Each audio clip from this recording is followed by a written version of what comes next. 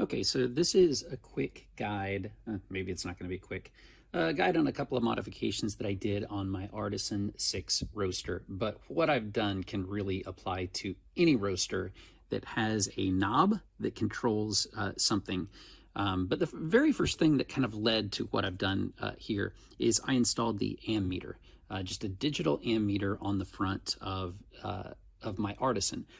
The reason that I wanted this is because this will give me the readout of the actual wattage that the heating elements are using to heat the beans. What I found was that the heat knob on the Artisan roaster is not at all linear. At an indicated 10,000 watts, you can turn it down to an indicated 9,000 watts, and it has almost no impact whatsoever. So at the extremes, the knob is almost completely useless. And then in the very middle, it's an incredibly sensitive knob. And so what I wanted to do was find a more consistent way of finding heat settings. And so this ammeter tells me exactly the current draw of my heating elements, and that way I could record those in Artisan Software.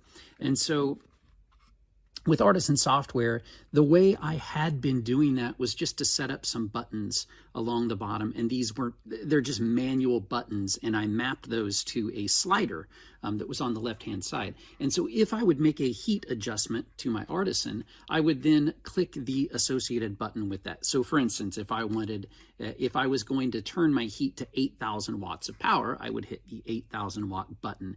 And basically on my Artisan graph, it puts a little dot that says 8,000. And that's just my indicator that at that moment in time, I manually turned the knob to 8,000 watts. Well, the problem with this is twofold. By the time you press a button and then dial it in to exactly 8,000 watts, a few seconds have passed, maybe even 10 seconds. And so there's always a lag between when the graph shows that I made a change and when I actually made that change. And then there were some times that I would just flat out forget to do one thing or the other. So if I made a heat adjustment setting, I might forget to hit the button that was on there. So I wanted a way to automatically control the heat knob on this. Now, there are a lot of different ways to do this, and I am not an engineer at all. So I had to go with what I knew. And one thing that I knew from prior experience was using fidgets, and specifically using an RC car servo on a fidget that is then plugged into Artisan. And so in short, what you can do with this mod and what I will show is with Artisan, now I can press a button and I've got a servo that is turning on this heat knob that I used to manually turn. And so for instance, now it's cranked out, it's at the 10,000 watt setting, but then with this, I can just, I'm pressing buttons on my touchscreen that are assigned to that, and it'll very quickly jump to preset values that I have. And what I'm going to show is how to set up these fidgets, how to program your buttons, how to program your sliders, and then optionally how to map it to more accurate wattage readings so that you can do this. You can also on the keyboard you can just use the down arrows and the up arrows, and by pressing those you can get very granular, incredibly granular control over your heat knob.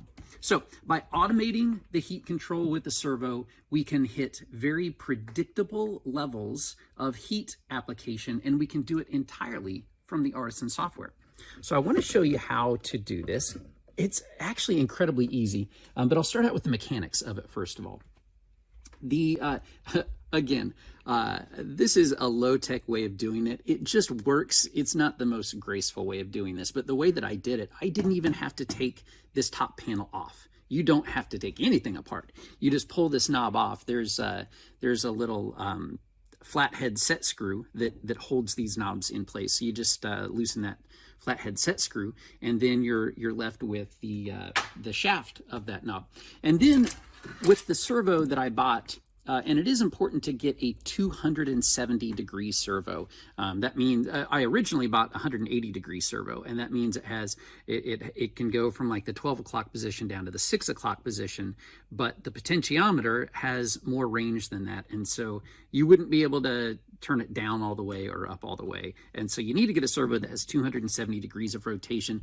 You're still just a tiny bit shy of what the potentiometer can do, but it's actually, you'll get the full range of variability because, like I said, at the extremes, the potentiometer doesn't have that much, it really doesn't have any impact on the heat. So 270 degree movement servo will get you the full range of control from this. And what I did was just get these servo wheels, and I attached one wheel to the output shaft of the servo. And in fact, I've got a picture of one right here. This is actually the 180 degree servo that I ordered by mistake. And then with the other wheel that's just like this, I just had to drill this out slightly. There are splined teeth. There are 25 splines that are on here that that mate to the servo. Well, if you just drill those out ever so slightly, it fits right on top of the shaft, the potentiometer shaft that comes up. And then when once I mounted it on that shaft, I just took a very tiny drill bit and I cross drilled through just that little lip that's right there and through the shaft of the potentiometer. And then, again, low tech, but this is kind of my style. I literally used the drill bit that I drilled the hole with, and the drill bit is actually my pointer. That is a drill bit that I've just kind of filed the tip down there. So I drilled a hole through this thing and then just kind of tapped the drill bit in there. I do have a little bit of 5-minute epoxy on there to keep it secured. But now this securely attaches that little servo wheel to the shaft of the potentiometer, and I get a nice little pointer so I can always see what the servo is doing. Now the extra bonus on this is that because my heat control is now servo controlled, in theory, I should be able to use the Artisan PID controls to automatically control the heat application based on a curve that I get it. Now, I've talked to Ken Lathrop at Coffee Crafters about this. He said that he's tried it, and the bottom line is it's just never going to work the way I hope to make it work. And he might be right, but I'm still going to give it a try. But step one, and even if I never use PID, this is already a fantastic little addition. So let's jump into Artisan and go over how to do the setup of this. Now, the hardware that's on this, I've already told you, it is a 270 degree rotation servo. It's under 20 bucks on Amazon. You've got the fidget vent hub, which you might already have if you're using temperature controllers and things like this. And then this is the RCC 1000. It can control up to 16 different servo motors. It's going to have it wants a DC voltage input. It can take, I think, between 5 and 30 volts. So I just applied, it's like an 18-volt power supply that I've got hooked up. I'm running LED lights. Actually, I've got LED lights hooked up under the hood of my, the fume collector, the chaff collector thing. And so that's powered. This little light, I'll try to show it here. It's a little difficult. This is just an LED light. And that little light right there is powered by an 18-volt power supply, which is really just an old laptop power supply that I converted. So I've got 18 volts going to that, and I'm also running that fidget right there. So that's the only power, and then you plug it in, and Artisan, man, it couldn't be any easier in Artisan. There's like no setup. It's just plug and play. You don't even have to tell Artisan that you've hooked up the RCC 1000. Artisan will just recognize it. So let's jump into Artisan and look at the software side of how all of this gets hooked up. All right, so you can see that I already have a slider here for my burner. And so step one is getting a slider set up. And to activate this slider, we're going to be going to config events. We're going to spend a lot of time in config events. And the shortcut to get to that is Control E, because we're going to be in here a lot. So just doing Control E is a fast way to do that. So in order to get a slider to show up, the very first thing we're going to want to do is specify an event type that we want. And Artisan has 4 pre-programmed event types. To be honest, I can't remember whether or not this was an Artisan name, but quite honestly, you can check any of these things. I just happen to have number 4 checked, and it's either what it shipped with or what I gave it the name, which is burner. And if we check that box right there, Now we are going to have an event type that we can control. Then the next two tabs that we're going to look at is buttons and sliders. The first of these that we need to set up is the sliders command. Now ignore that I have some things on air. I used to have some variable air controls on a drum roaster, so ignore that for the purposes of this. What we need to focus on is the burner event that I have. So on the config tab, I've checked to say that I care about this event type, so that's checked. So now on the sliders tab, I need to say I want a slider to control that event. So in this case, it's the burner. So if I check this, and if all I do is check this, it creates the slider. So what I'm going to do is I'm actually going to uncheck this slider and say OK. And you'll notice that my burner slider is now gone. It's not here. So getting a slider to show up is as simple as activating the event, going to slider, and checking the one slider that you want. And boom, it's just going to automatically show up.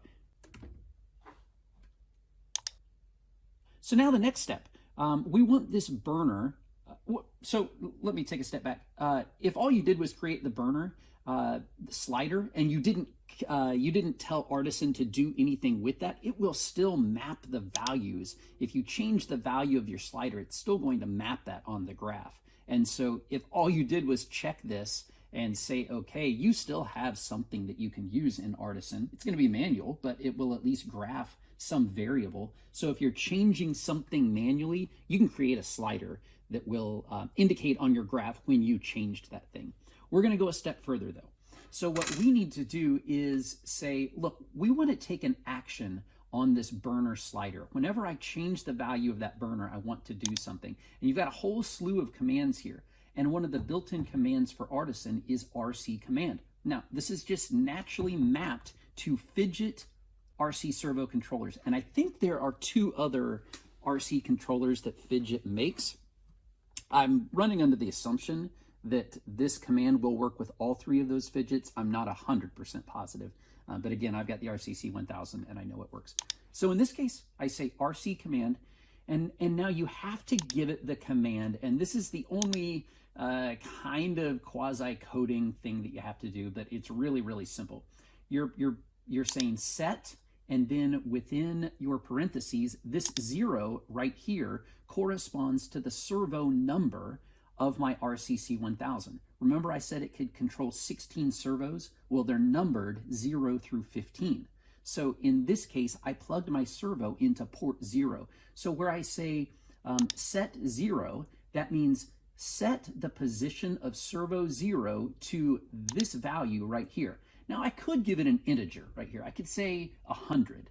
And no matter what you do on this slider, whenever you release the mouse button, it would set servo 0 to the position of 100. Well, that's not very useful because it would never move. It would go to 100 that very first time, and then it would never move again. So when we put curly brackets in here, what it says is whatever the value of the slider is, if you move it, or if you have buttons associated with that, whatever the value of your burner is, set servo 0 to that. And so that's what we want. So we say set servo 0 to whatever the burner is right there. And then the very next thing, so then you've got a semicolon and you just have to say engaged. Again, this 0 right here says engage servo 0, and the 1 means true. It basically just means set the servo here, and engage is kind of like the go command. Go do it, like engage yourself and go set this. So this is it. When you check the box, say RC command, put this in there, and then everything else is optional at this point. But let me just go over a couple of things. You can set the minimum and maximum values for this slider. Now you'll notice that I have minimum of 0 and maximum of 180. That just happens to be because 180 corresponds to the maximum clockwise rotation of my servo, and 0 corresponds to the minimum value of my servo. I could have used, I could have set this up to 360, and it's fine. It would just ignore any values over 180. So if I set this to go all the way up to 360, it would only use values up to 180, and then everything above that would be ignored. I could also set my maximum value to, let's just say 50. So now I've got 0 to 50. And let me just show you what happens when we do that. So you'll see that right now my burner is maxed out and it's at 50. I'm going to drag this all the way down to 0. And my indicator did take me to the 0 level, but now let me max my burner out and show you what happens here. You'll see that it didn't go nearly up to 10,000. So even though I've maxed it out on my slider, the servo will not correspond to the rotation that I want. And that's why it's important to set that maximum value of your slider to the maximum value of your servo. Now, in full disclosure, I honestly thought that these corresponded to degrees of rotation, so I fully expected this to expect a value of 270 because it's a 270 degree rotation servo. For whatever reason, a value of 180 will equate to 270 degrees of motion in my servo. Don't know why, it's just the way it is. All right, so with that, sorry, let me set this back. So now I can go back to 180. My servo is maxed out. At this point, I'd be at, on my roaster, it's an indicated 10,000 watts, but it's actually drawing 11,000 watts. I'll get into why that is here in a little bit. So now, the last thing that I want to show are the buttons. Now, the buttons are just more of a convenience, but I use them all the time. So first off, I've got a touchscreen monitor here. And so when I'm roasting, I find mice to be kind of finicky and hard to use. The slider control is just a little bit hard to grab with a mouse and then release. And maybe sometimes, you know, you want one number difference and you drag and you get 3 numbers difference. So, you know, for that, again, you can use keyboard commands to get single numbers. But what I like to do is just press a button. And so I can press 11K, which what I mean for that to indicate is 11,000 watts of power, or I could hit 10K and that takes it down to 10,000 watts of power. In this case, it's 160. I can go down to 9K, 9,000 watts of power. It's 140. Well, how do those buttons make this slider do what it does? Super easy, guys. Let's go back into Config Events or Control E and go to the Buttons tab. So I have 9 buttons here, buttons number 1 through 9. But you're going to start by clicking the Add button to add your first single button. And let's just take any one of these as an example. I'm just going to take my bottommost button here. What you need to do is give it a label, and this label will show up on the button itself. So in this case, I've got 11K, and my button also shows 11K. The description is completely optional, but depending on whether you have your graph set up to show this, it will put this value on your graph as opposed to what this value equates to. What do I mean by that? All right, so 11,000 watts equates to a burner value of 180.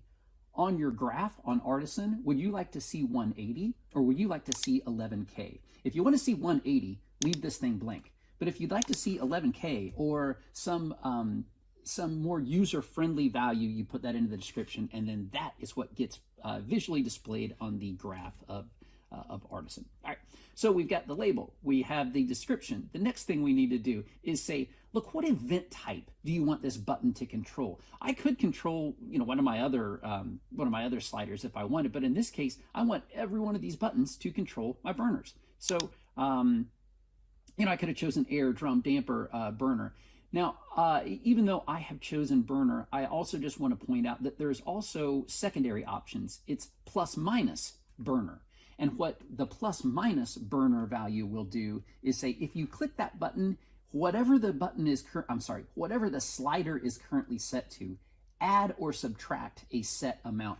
So in theory, I could have a button that says, you know, add 5 or add 1,000 watts or something like that. And what it does is no matter where this slider is at, it'll bump it up, you know, a value of 5 or 10 or something like that. I don't use those, I just map them to a hard value.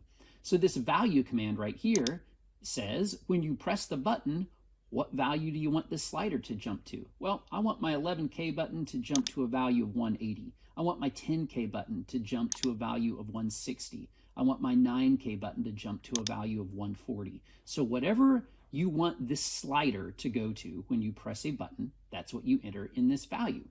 Now the next thing we do is the action. What action do you want to take? This is just like the slider.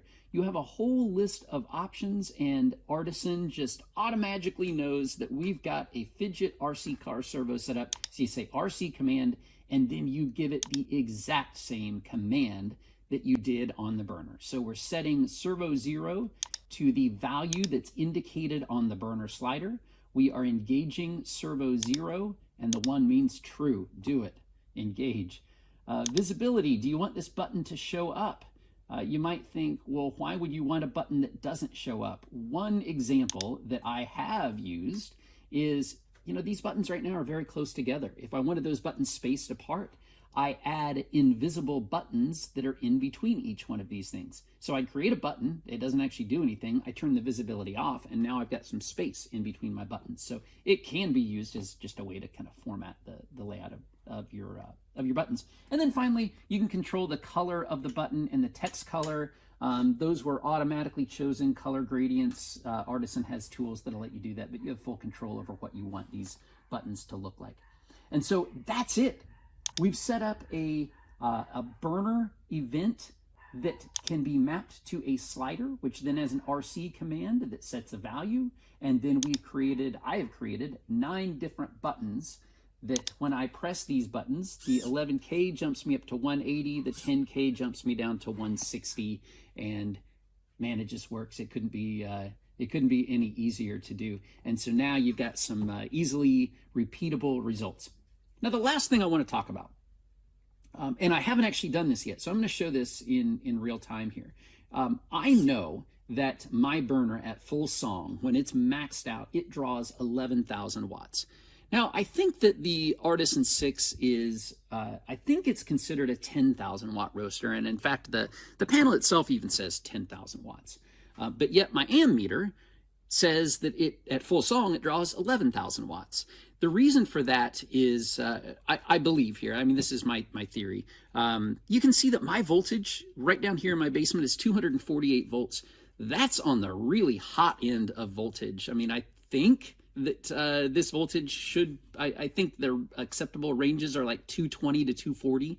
It's often called 220/240 because that's kind of the range of what household voltage can be, is that 220 to 240 range, and I'm up there at 248. Well, what I'll say is that this roaster is right here beside my my panel box, and that panel box is probably no more than 10 feet from the transformer in my backyard. So I mean, there's literally probably only 15 feet of cable direct from the transformer to this thing. So maybe I'm getting a little bit more voltage because of that. Well, volts times amps equal your watts. So if I'm running 250 volts roughly at 44 amps, that's going to give me about 11,000 watts. If you happen to have 220 volts at your house and you draw those same 44 amps, you're probably going to get closer to the 10,000 watts. Anyway, neither here nor there. That's just, it's kind of the long explanation of why I keep saying 11,000 watts when you might find that Artisan literature says that it's a 10,000 watt roaster. Well, so the thing that I need to do now, I know that my 11,000 watt button on Artisan will max this thing out, and thus I know that my button will correspond to a true 11,000 watts of current draw. What I don't know is what position does this guy need to be that equals 10,000 watts of power. Well, I took a guess. If I press my 10,000 watt button, it jumps to 160. That's just an arbitrary number that I came up with. I said set the position of this servo to 160, and I think that might be 10,000 watts, but I don't know. So let's fire up the Artisan, and I'll show you how I'm going to do this. It's going to be super easy. I'm going to set this to 11,000 watts. All right, so I've got both my relays on here. I've got enough airflow going through, and you can see that I'm roughly at 11,000 watts of power. I'm maxed out, and as the coils heat up, your wattage draw is going to go down a little bit. So when those coils are super cold, it's going to show 11,000 watts, and then on my roaster, it drops down to about 10,800 watts. Well, I want my 10,000 button to map to 10,000 watts of power. So here's what I have to do. I'm going to use the keyboard commands, and I'm just going to slowly lower my servo position, and I'm keeping an eye on my current draw here. Oh, here we go. I overshot. I'm going to go back up a few. There we go. That's about as close as I can get. So on my screen, this equates to a value of 124. If I go down to 123, yeah, there we go. You're always going to be, 100 watts off. 100 watts out of 11,000 is not a statistically significant amount. But I can see on my screen that a value of 121 is going to get me to 9,000 watts. So I can come into Artisan, go to my button, and I know that I'm sorry, I think I was saying 9,000 watts, 10,000 watts. I want my 10,000 watt button to go to 121. And that should equate always to right around 10,000 watts of power. I'm going to continue this process. I want to find out where my 9,000 watt setting is. So I'm pressing my down arrow until I get close to 9,000. Overshot there. There we go. And on screen, that's about a 109. So I'm going to set my 9,000 button to a value of 109. And then I'm just going to do this for every button right down the list. And I'm separating my buttons by 1,000 watts. That might be a little bit too large. That's about a 10% jump. And in practice, that probably is too large. I do have some 500 watt increments that are on there, but now my hope is I'm at 9,000 watts. Now I can hit my 10,000 watt button, and it jumps to, look, hey, we're within a couple hundred watts of 10,000. If I hit my 11,000 watt button, it's going to max it out. In this case, that's 10,000. And so now I can go from 10,000 watts down to 9,000 with the touch of a button. And you're seeing that we're just getting these consistent, repeatable values. Go ahead and turn those down. So that's it. It's now cooled down, but that's kind of the overview of this. I've got a side view here that kind of shows how I've coupled these things. There's double-sided servo tape, or like 3M industrial adhesive tape, and there's just a piece of foam servo tape in between these two servo wheels that hold that on. This little guy right here is just 3/4 inch box steel. It's from Home Depot, and then I just used a grinder and a file and drilled a couple of holes. So there's servo tape below and above it, but there's also a screw that holds this down into the top, and there's actually also a screw that affixes the servo itself to this. So a couple of screws, a little bit of double-sided servo tape, but this is kind of the whole setup and the whole purpose and the whole theory here, and it's fantastic. It's the ability to very quickly and repeatably, that's the key, repeatably jump to the exact same heat setting at the exact same time of every single roast. You're taking the variability and user error of using an analog control and your hand and your eye, and you're replacing that with repeatable computer values. So hopefully this was helpful, informative, and inspires you to try something similar on your roasting setup.